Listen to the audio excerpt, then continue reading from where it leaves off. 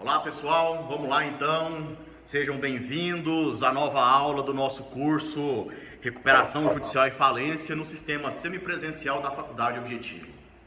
Nós entramos agora, talvez, naquilo que é o principal assunto da falência, o que é o que mais interessa na falência. Quem vai receber e qual ordem vai receber? Ou seja, nós estamos falando do famoso concurso de credores. Por que esse rateio entre os credores do patrimônio do falido se chama concurso? Vamos lá, você aí que sonha em passar um concurso, qual é a principal dificuldade que você vai achar, encontrar, depois de evidentemente estudar? Você sabe que vão ter poucas vagas para muitos interessados. Aí se chama concurso, né? 10 mil inscritos para 50 vagas. Se não fosse assim, ia chamar exame, igual o exame de ordem. Exame de ordem não é concurso. Se 10 mil pessoas que inscreverem, as 10 mil tirarem as notas mínimas da primeira e segunda fase, os 10 mil passam. Tem vaga para todo mundo. É diferente do concurso. Concurso são poucas vagas para muito interessado. E por que então que aqui se chama concurso de credores? Porque é muito credor para pouco recurso. Não tem dinheiro para pagar todo mundo. Essa, infelizmente, é a realidade nua e crua da falência. Muita gente querendo receber, pouco recurso para pagar. Diante dessa situação, como é que nós vamos definir quem é que recebe o quê? Ou quem é que recebe quando? Por que o A recebe primeiro que o B? Ou por que o B recebe primeiro que o A?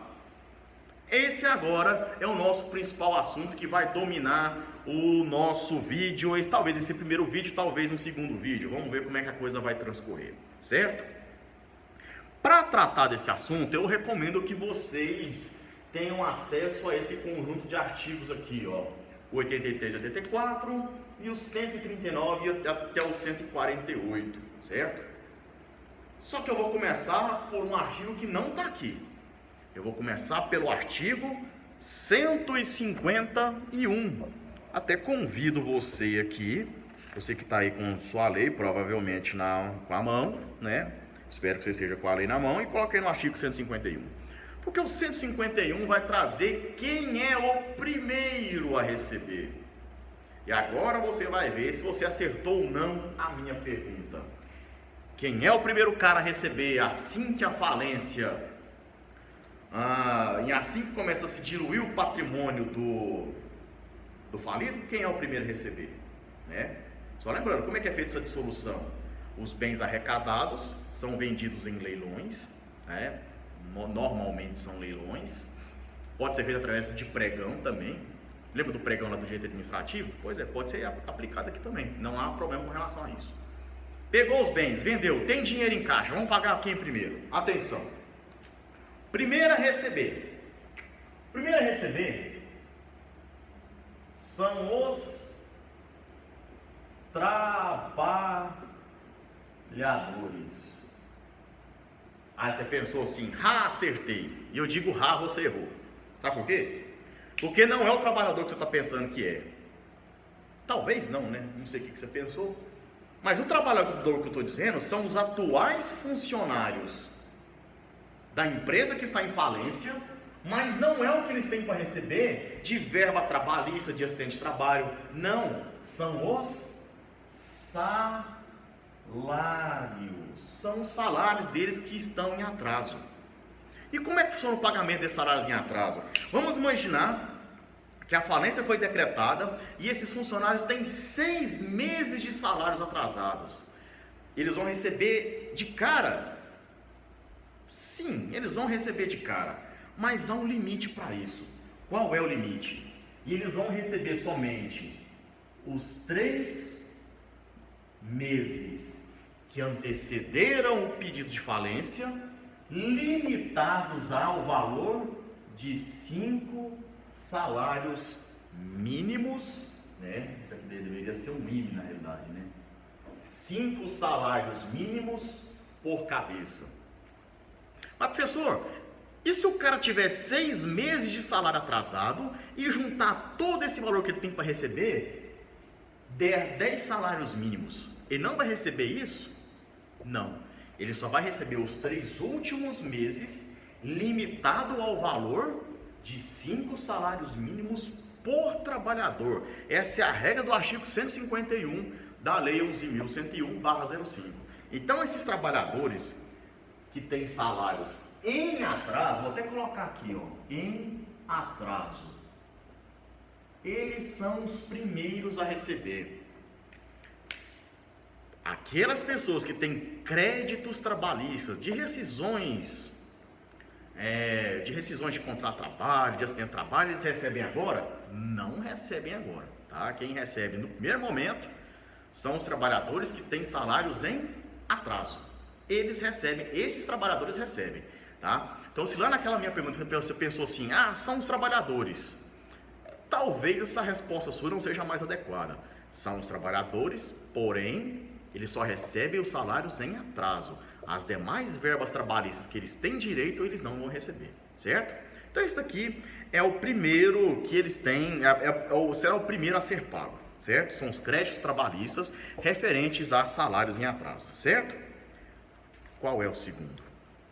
Sabe quem é o segundo a receber? São as restituições. São as restituições. É o último tema, é o tema da nossa última videoaula. Lembra das restituições? É o segundo a receber. Olha só para você ver, tanto que a restituição ela tem preferência na hora de se realizar o pagamento, tá? Então ele é o segundo, artigo 149 da Lei 11.101, certo? Ele é o segundo, certo? Beleza. Quem é o terceiro? Agora isso aqui vai praticamente ocupar todo o tempo restante do nosso vídeo. Vou gastar aqui um bocado de tempo agora falando sobre isso. Quem recebe agora são chamados credores, extraconcursais. Os extraconcursais, eles estão previstos lá no artigo 84. Por que eles são chamados de extraconcursais? Porque eles não entram no concurso, eles estão acima do concurso, eles não concorrem com os outros. Eles têm uma posição também privilegiada na hora de receber os valores obtidos com a venda do patrimônio. Eles são chamados de extraconcursais.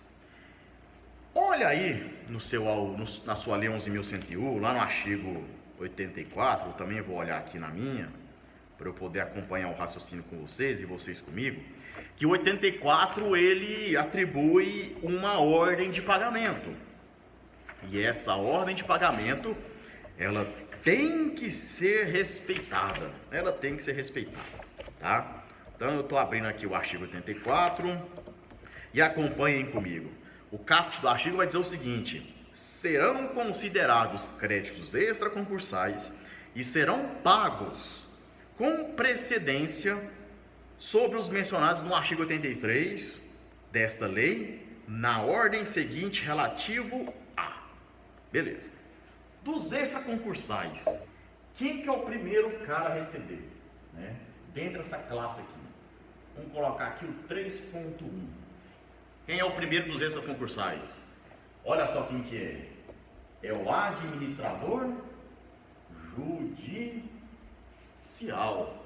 Pô, nada mais justo, né? É o cara que mais trabalha nesse raio de falência e na recuperação judicial. Nada mais justo que dos extraconcursais ele seja o primeiro a receber, tá? Ele vai estar aqui na posição 3.1. Dos extraconcursais ele é o primeiro a receber.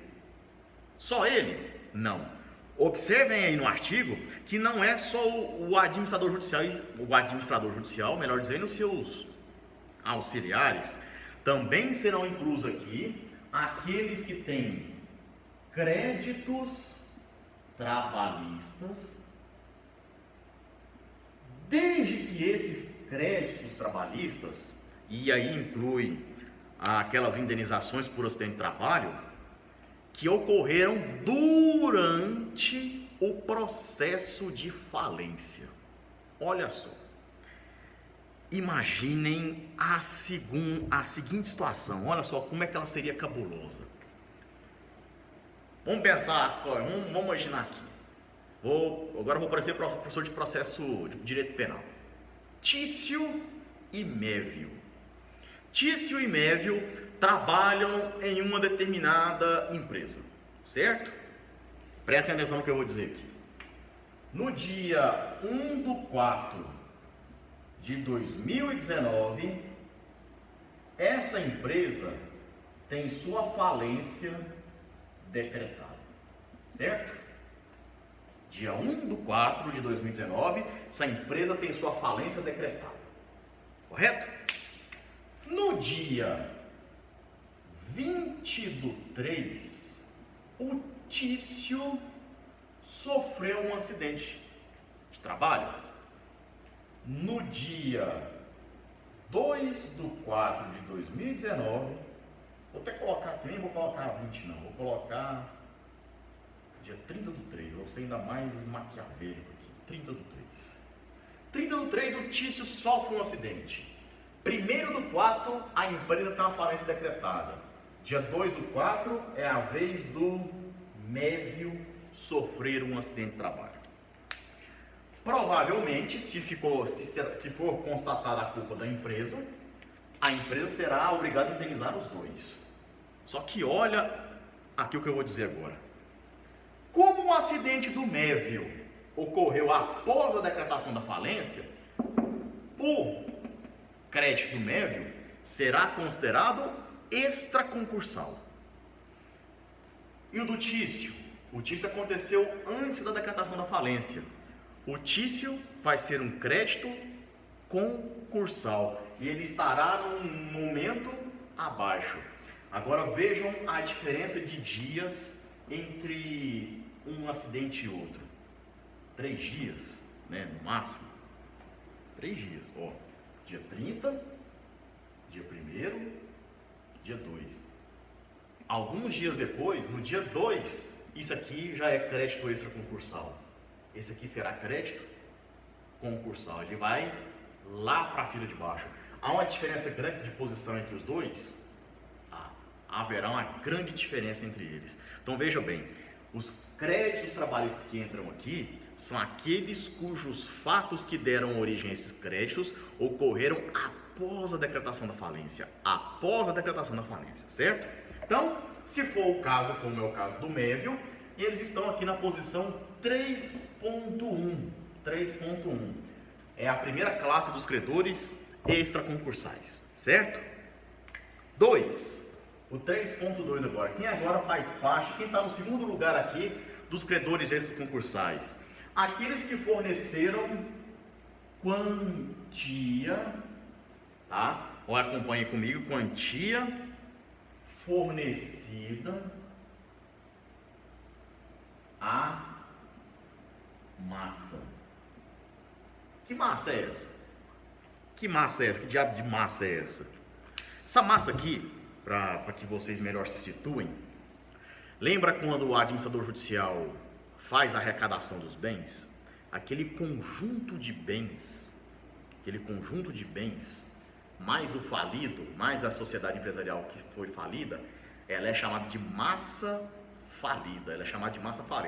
Ela é composta pela sociedade empresarial que teve a falência decretada, mais o seu patrimônio, certo?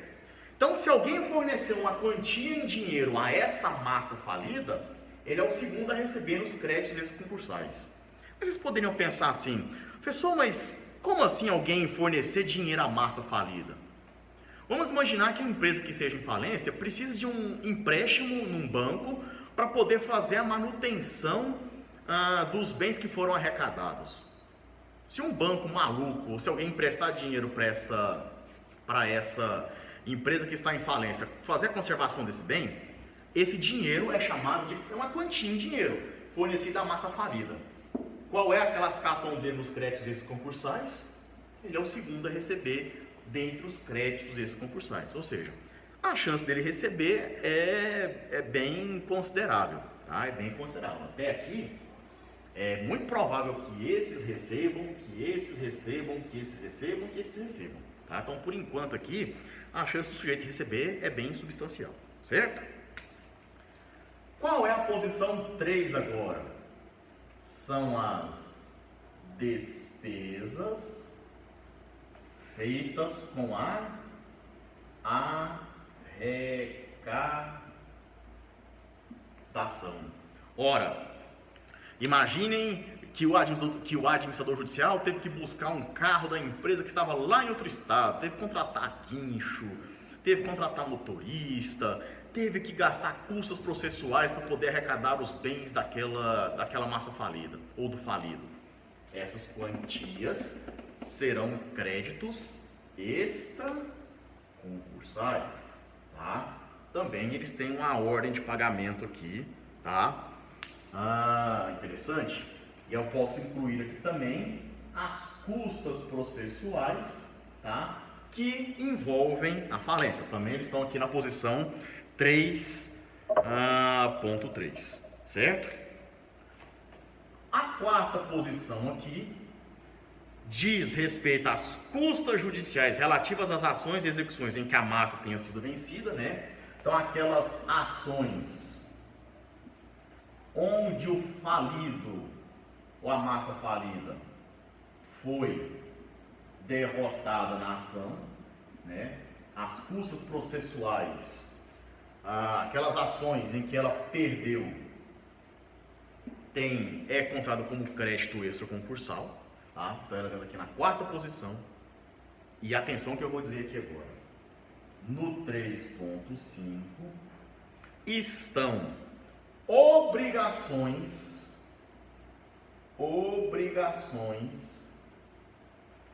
que foram firmadas durante a recuperação judicial. Gente, esse ponto aqui, ele é extremamente importante que os senhores compreendam. Prestem atenção numa coisa aqui. Prestem atenção. Firma aqui no vídeo. Olha só. Imagina a seguinte situação. A loja Y pede recuperação judicial, certo? Pediu recuperação judicial. Se ela pediu recuperação judicial, provavelmente ela está atravessando uma fase difícil, mas é provável que ela vá se reerguer, certo? Ok. A lei dá um prêmio, dá uma espécie de prêmio para aquelas empresas que continuam a fornecer, que continuam a fazer contratos com aquela empresa que está em recuperação judicial. Porque quando fala assim, nossa empresa tal tem recuperação judicial, o que normalmente os credores fazem? Vambora, tem medo, nossa, se o cara está em recuperação judicial, então eu estou com medo de tomar um calote e vou parar de vender para ele. Se todo mundo pensar assim, você sabe quando é que essa empresa vai conseguir recuperar? Nunca, jamais. Ninguém quer vender para ela, ninguém quer vender a prazo para ela. Então qual é a chance dela recuperar? Se todo mundo quer, ninguém quer vender para ela, vai ser impossível ela recuperar. Aí o que a lei fala? Fala assim, olha, a empresa tal já entrou em recuperação judicial. Se você continuar a vender para ela durante a recuperação judicial, eu vou te dar um prêmio, tá? Porque você vai estar colaborando com o ressurgimento daquela empresa. Se você colaborar com ela de alguma forma, tá? E der errada a recuperação judicial, aquilo que você vendeu para ela será crédito extraconcursal. Olha só, o seu crédito estará à frente da grande maioria dos outros créditos. Olha só, é um prêmio.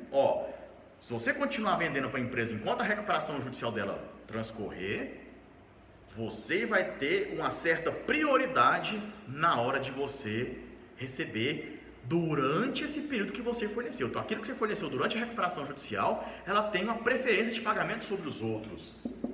E ele se encaixa como credor extraconcursal. Ou seja, ele ainda está fora desse concurso aqui, ó. Ele ainda está fora desse concurso aqui, ele está acima desse pessoal, tá?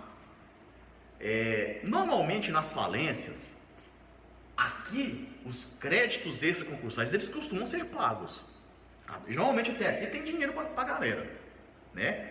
Então, se o cara continuar fornecendo para aquela empresa, ele vai ter uma certa certeza, né? Ele vai ter alguma garantia, dada essa posição privilegiada do crédito dele, que ele vai ser pago. Então, ele pode continuar vendendo para a empresa que está em recuperação e ele tem uma perspectiva muito boa de receber aquilo que ele está vendendo, tá? Então, é uma forma de incentivar que os fornecedores continuem a fornecer para aquela empresa que está em dificuldade financeira, que foi para a recuperação judicial, certo?